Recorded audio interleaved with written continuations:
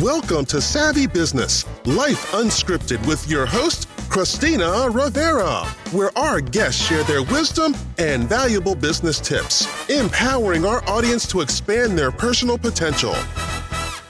Shaily, Hakimian, welcome to Savvy Broadcasting, a Life Unscripted. I'm so grateful to have you here today. You're going to get Same.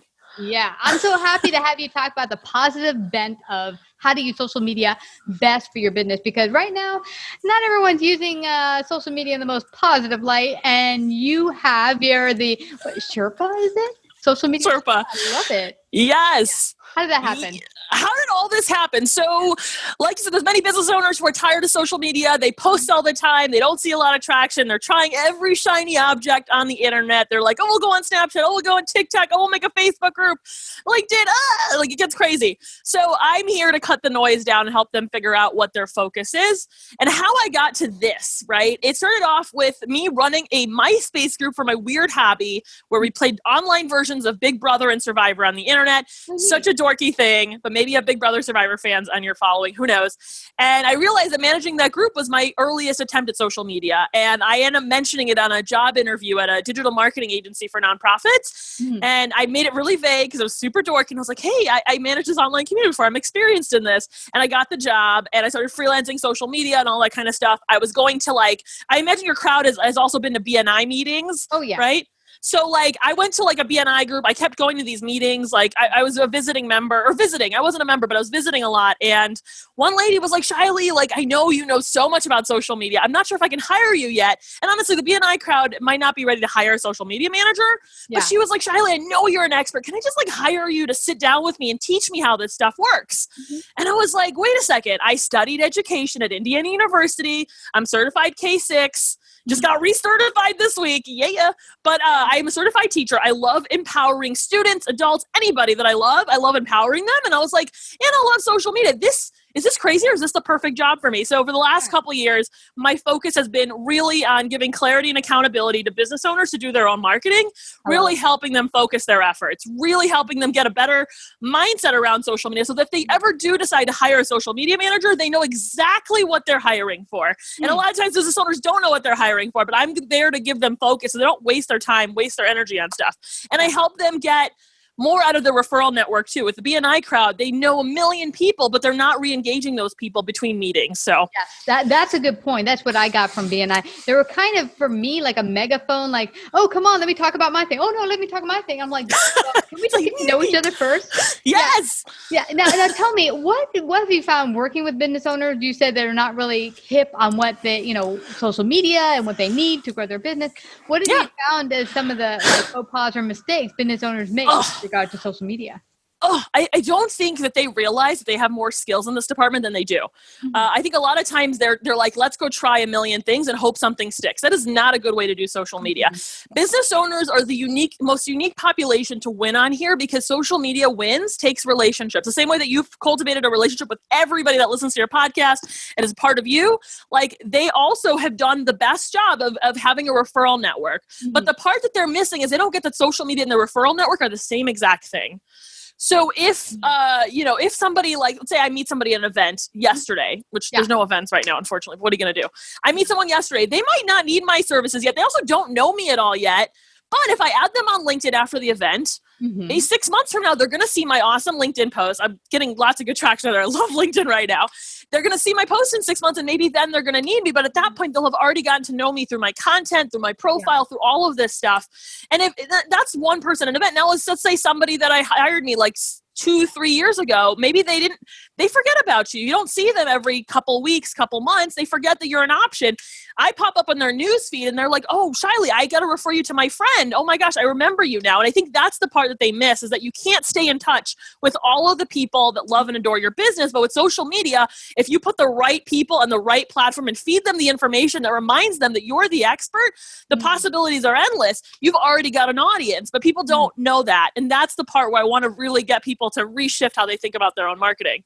Shaily, you said something very important there. It's targeted in that you're not just piling everyone into your LinkedIn account. It's targeted who could I best serve and getting clear on that so that you just don't have a hodgepodge of people who don't really want to see your content, who can't be served by your content. Part of it, yes. Yes, part of it is that you don't want a hodgepodge, but at the same time too is that my, friend who's a doctor who knows nothing about businesses has other friends too, which is partially a little bit the BNI model is that everybody knows a lot of people in a lot of different fields. Like you don't know whose best friend is like the head of CEO of like a massive corporation. You have no idea. Mm-hmm. So that's the part too, is that it reminds people who already trust you that they can refer you.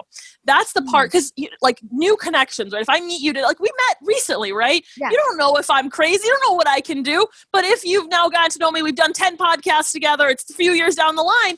You see me pop up and you're like, well, I have this listener who might need your services, Shaily. You might trust me a lot more at that point. So yeah, that's. And you make a good point there, Shaily, is that I think with the BNI attitude, it's kind of like sell, or kind of build that connection, make it happen now.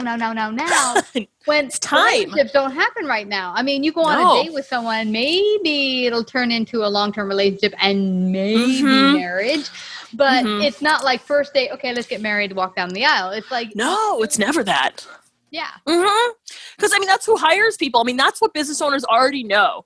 That's what they get. It's not like they just came out of nowhere and they're like, I'm going to start my first business. You need to have people, and they already have the people. They already have people that will like and comment on my stuff. And it's funny, like I tell people, I'm like, do you ever look at who follows your Instagram, who likes your things or who likes your tweets? A lot of times the people that like my content are people I've cultivated relationships with for the last, 5 years, 6 years, 7 years. And the more they like it, the more other people realize, holy cow, people like Shaily, maybe she's got something going on here. Yeah. And it helps, right? It's like word of mouth amplified on steroids. Yeah, I love it. Now, what do you say to business owners on how to cultivate and build those relationships out? Because it's not a one overnight process. No. What have you found is the best way to start cultivating those relationships?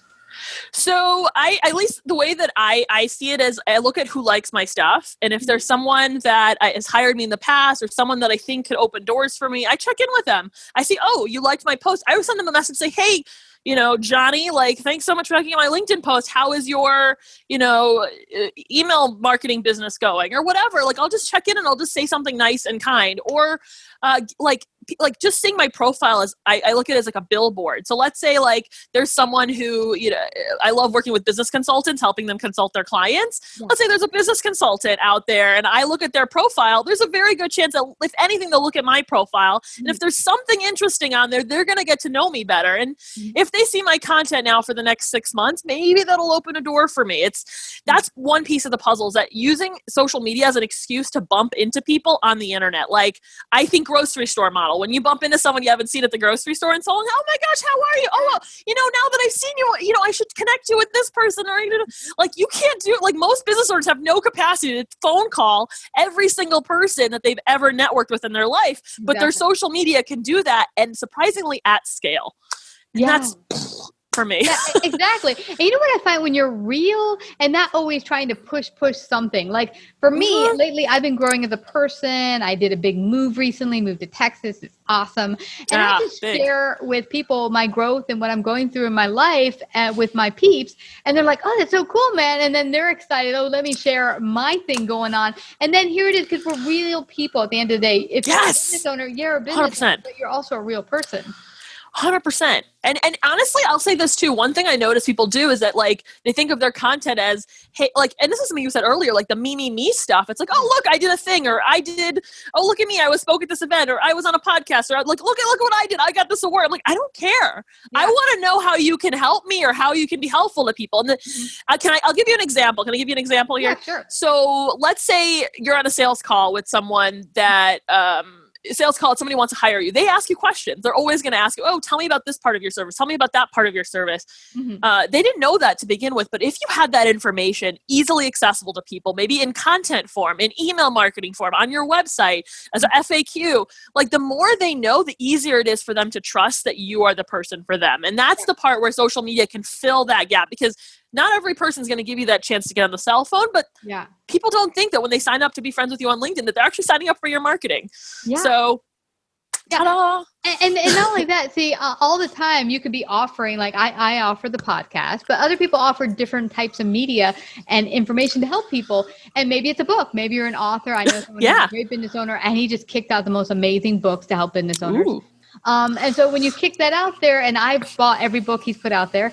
Nice. Yeah. So it turns out that, I can't wait for this new content from XYZ because they're Exactly. that helps me. And so when you come at it from that frame, instead of, okay, here's our new package, and you're like, I don't care. I don't want to hear. Yeah. No, you don't. No, here's my next thing. Bye. It's like, no. Well, that's how I felt about Twitter. Tell me how you've used Twitter successfully, because for me, when I first got on Twitter, it was just like, I'm walking up the stairs, I'm eating a turkey sandwich, it was the most boring place ever. And then didn't it was like megaphone. I just totally didn't like it. How have you found Twitter? Oof, juicy one. So I will say Twitter is interesting. I don't know if it's for everybody. Yeah. I would definitely see service-based businesses who are serving other businesses get on LinkedIn like crazy. But here's what Twitter is really great for. I'll give you this example. So I do workshops for teens, for especially teen women, to teach them how to use LinkedIn. They're getting ahead of the curve here, right? So I asked one of the women, and she's like, who is something? They're all women in tech, and I was young women in tech. And I said, who do you look up to? And they're like, oh, I really, it'd be so cool if I could talk to the CEO of House Party, which is like this fun, cool app.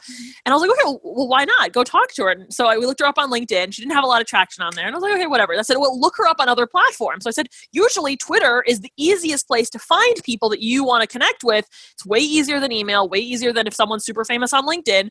We looked, and she had a post that would go out every other day. So she's active, and maybe like 1 or 2 comments in every post. And I told this young woman, I was like, you can talk to her. She will see that your very lovely comment if you talk to her every few days and say something nice to her. Don't you think she's more willing to look at your resume or potentially refer you to a program or open a door for you if you're nice to her? So Twitter, to me, is your way to get in touch with the most important people that you usually don't have access to. I got in touch with, I was at a conference, and we had Elon Musk's brother was a speaker. I tweeted at him, and he replied, and he liked my post. And I was like, who knew? I'm a degree from Elon. Or the president of K-Swiss. I posted to them, and then I got a response from the president. I was like, great. So Twitter, I think, to me, is not about what you put out. I think that's a whole other headache that is not my battle right now. Yeah. But it's how you can get in touch with people that are influential that you can't reach otherwise. And I have stories on this galore. Oh my God. It's interesting. I had totally forgotten about very early on when I started my financial consulting business. I did not have a clue how to do it, but I met someone on Twitter who had run a firm for 15 years. And I was really impressed with the work she did. So I, like you mentioned, was just following her content, saying nice stuff because I meant it. I actually meant it. And then through a direct message one time, I said, do you take clients? Can you work with me and help me, build my own business? And she said, sure. And she wrote me an email, and we connected, and she actually helped. Yeah. But it was interesting. I forgot about that very interesting, very awesome hookup that we got through LinkedIn. I mean, yeah. So Twitter, and it's great for conferences too. If you're at a conference, it's a great way to get in touch with people, great way to network, great way to find out who's in front of you and what their find out who they are.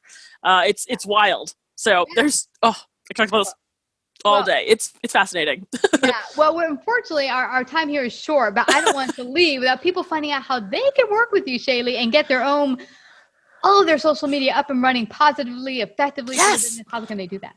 Oh, so if you want to learn with me one-on-one, we get on a call. I start with an audit where I look at all of your online presence. I hate the word stalk, but I kind of stalk you on the internet to see what your potential clients are seeing, right? We look at it, give you an overhaul, prioritize your marketing efforts, and we learn together so that you can understand how to think about your marketing, because ultimately you, the business owner, needs to dictate what the next marketing move is. So what I do all that. We learn one-on-one, and we'll grow. So if you want to learn more about everything I do, go to yoursocialmediasherpa.com. You'll also see my free workshops are on YouTube. You can see other workshops I've given elsewhere, totally free. You can get my favorite LinkedIn profiles. If you scroll down the page, you'll say, get my favorite LinkedIn profile, so that you can update your, almost like a billboard for your business pretty quick. So sign up there and you'll learn all sorts of stuff. I'm on every social media at Hakimian45. Don't look too hard. You might find me on TikTok too. And I'm looking forward to finding more about who you are and what your business does to impact the world in a better way. Yeah. And before we head on out here, you always have a yummy quote that you like to share. What would you like to share with our savvy listeners? Yes. Oh, this is my favorite social media quote that I wish I had written. Social media is about the people, not about your business. Provide for the people, and the people will provide for you. perfect. And it goes for all parts of your life. If you, So it's not just social media. That is a perfect way to end, Shaily. I thank you so much. This has been fabulous. And I know so many people are going to get something out of it, including going deeper and seeing how you can help them. Thank you so much today for coming to Savvy Broadcasting. Thank you. Thank you for having me. I'll see you on the interwebs. You betcha. If you like this episode, please share. To hear more Savvy episodes and Savvy Biz tips, go to lifeunscriptedradio.com. To become a guest or participate in paid sponsorship, email us at Christina@lifeunscriptedradio.com.